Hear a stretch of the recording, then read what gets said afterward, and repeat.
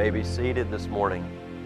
We're going to take a few minutes this morning, as we do every Lord's Day, to open God's Word up to our kids. And it's not just for them. Again, I repeat, it's for us as big kids as well. But this morning I'm going to deviate just a little bit from what we're doing. We've been working through Catechism, but with the Advent season coming up, I think it's a great opportunity for us to really invest in our kids. You know, what is this season all about? And I'm pretty sure, as I look around at these families and these kids, if I were to ask them, they certainly could tell us.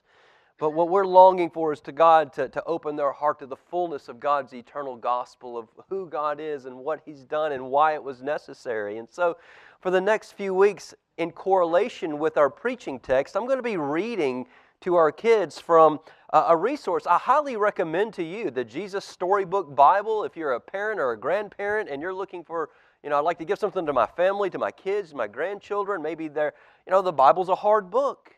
And for kids, this is an excellent resource. It's someone that we've used in our family. I'm sure that probably some of our families here have used it in theirs.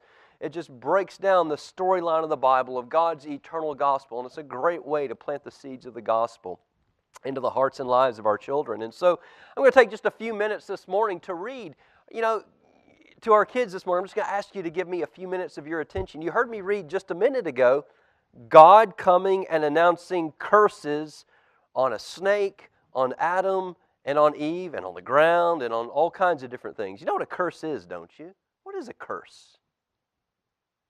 It's kind of like a punishment, right? Well, why? What happened? Let me read to you a little bit of the story.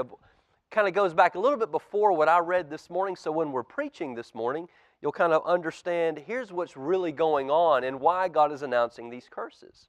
So listen closely. Adam and Eve lived happily together in their beautiful new home. That was the Garden of Eden.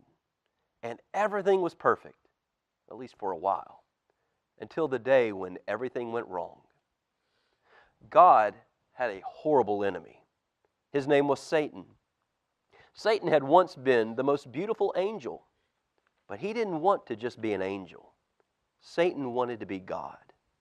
Satan grew proud and evil and full of hate, and God had to send him out of heaven. Satan was seething with anger and looking for a way to hurt God.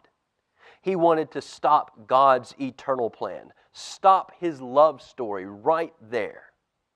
So he disguised himself as a snake and waited in God's garden. Now, God had given Adam and Eve one rule in the Garden of Eden.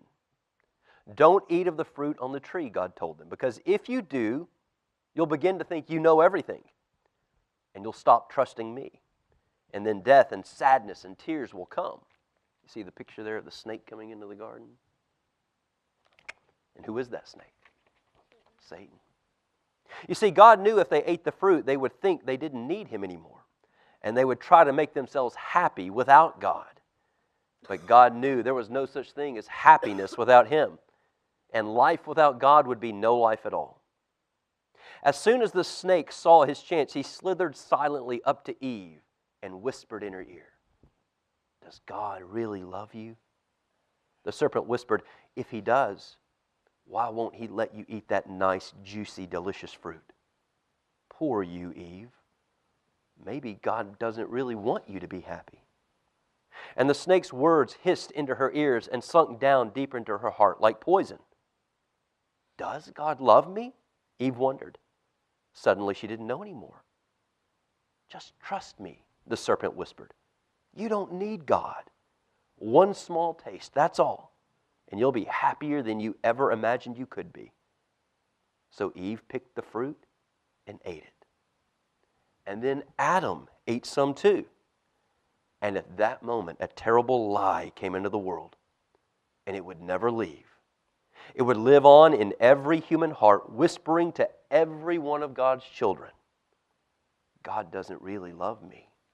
You see the snake there talking to Adam and Eve? And it wasn't a dream. This wasn't a nightmare. A chill was in the air. Something strange was happening.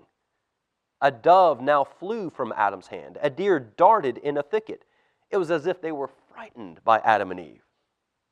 Adam and Eve had always been naked, but now they felt naked and wrong. And they didn't want anyone to see them, so they hid. And later that same night, as God was taking his walk in the garden, he called to his children. Children. Now usually Adam and Eve loved to hear God's voice, and they would run to him when he called, but this time they ran away. They hid in the shadows. Where are you? God called.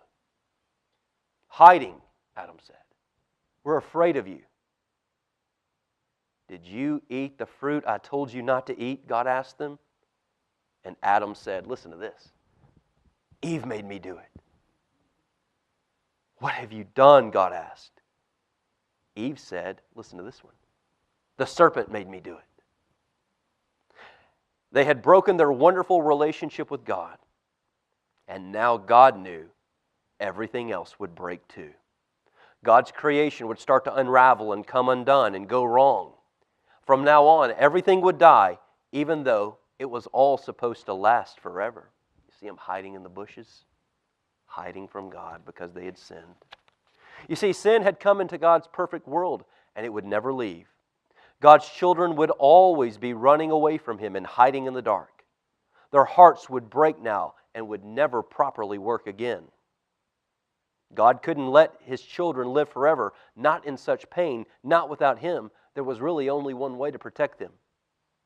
God said to Adam and Eve, now you have to leave the garden. God told His children, this is no longer your true home. This is not your place anymore. But before they left the garden, God made them clothes to cover them. He gently clothed them, and then He sent them away on a long, long journey out of the garden, out of their home. You see them walking away from where they got to spend time with God. And in another story, this would have been over and that would have been the end. But listen closely to this and I'm done. That's not the end of this story. God loved His children too much to let the story end there. Even though He knew He would suffer, God already had a plan. A magnificent dream. A plan He would already get His children back. One day He would make the world their perfect home again. And one day He would wipe away every tear from their eyes. You see, no matter what, in spite of everything, God would love His children with a never-stopping, never giving up, unbreaking, always and forever love. And though Adam and Eve and their children would forget Him and run from Him deep in their hearts, God's children would always have a longing for Him, a longing for their home. And before they left the garden, God whispered a promise to Adam and Eve. It will not always be like this. I'm going to come and rescue you. And when I do, I'm going to do battle against the snake. I'll get rid of the sin and the dark and the sadness that you let in here. One day, I'm coming back for you. And He would. One day, God Himself would come. And do you know who it was who came? How God came? Who was it in the form of?